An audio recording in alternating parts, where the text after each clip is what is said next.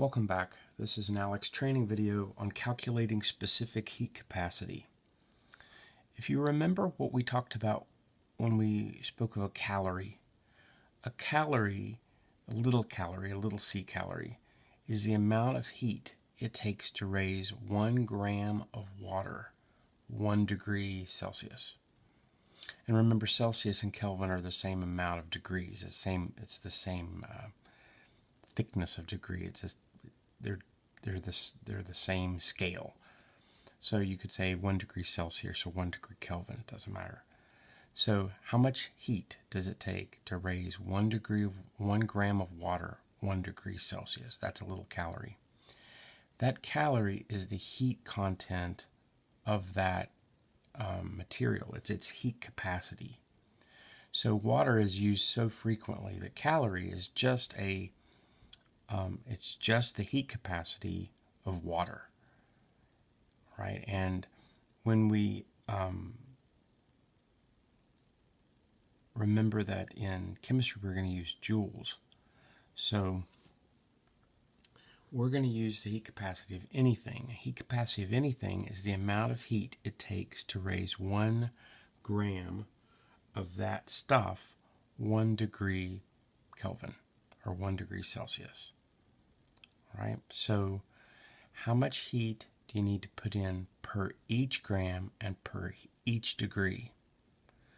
So specific heat is specific heat capacity is little c, and it's going to be the amount of heat, Q, per mass. Okay, so how much heat per unit of mass, and then also per degree that it goes up. So every substance is going to go up a different amount based upon the same amount of heat. So if you were to put a certain amount of heat into a gram of iron, it would get hot very fast, like an iron frying pan. It would get hot very fast, but cool off very fast. But if you were to put that same amount of heat in a gram of water, it wouldn't heat up that fast. It would take a long time for that to heat up, but then it would also take a long time for it to cool down. So every single substance in the world holds on to heat differently, and its heat capacity is a representation of that amount of holding on to heat. Every substance holds on to heat differently. So whatever heat is divided by the amount of mass, also divided by the change in temperature that it makes it go up, will tell you how much that holds on. All right, so with this formula given, that it's Q, heat, over per mass per unit of temperature, you're going to fill in what you're given. All right, now heat is in joules per gram. Okay, this is in my mind. I just remember. Heat is in joules per gram per degree Celsius or Kelvin. Okay, so I just go ahead and put the stuff in those units, knowing that I'm going to have to put them in the units either at the beginning or at the end. It doesn't matter. So I'm given a certain amount of stuff, so I want to put those in grams. So I have 1.76 kilograms. In 1 kilogram, there are 1,000 grams. Kilograms cancel. Multiply by three places. So it'll be 1, 2, 3. It's 1760 grams. Okay. I'm also given 4.1 kilojoules. I like joules. 4.1 kilojoules. In 1 kilojoule, there's 1,000 joules. Kilojoules cancel. So I'm going to multiply by three places, or move the decimal 3 places.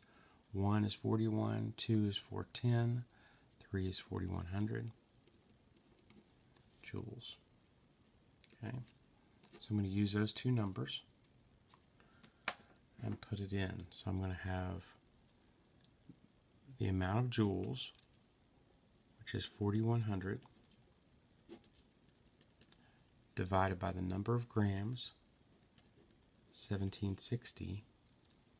And now, how much did the temperature rise? Okay, I went it from negative 0.1 to 5.1. Okay, so just think of it going from 0.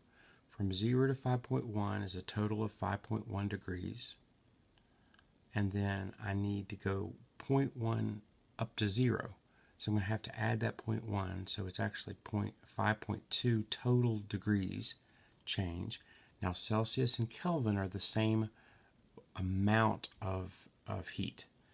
Kelvin just goes all the way to 0, in fact, where Celsius, 0 is where water freezes. Kelvin is where all molecules stop moving, but it's essentially the same.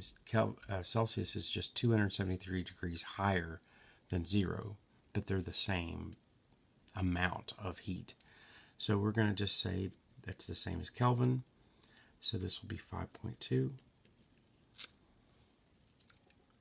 And then when you have 4100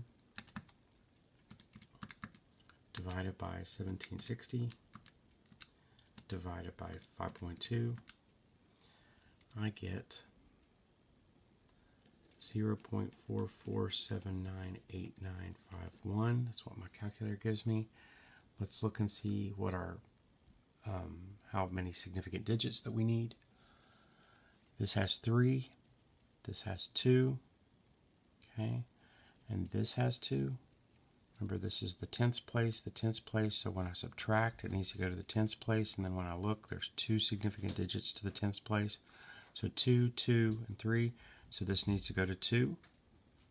This will be 0.45 joules, and then on the bottom is grams, so I'm going to put that with a -1, and then Kelvin to the -1.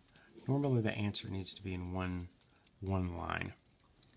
All right, hope that makes sense to you.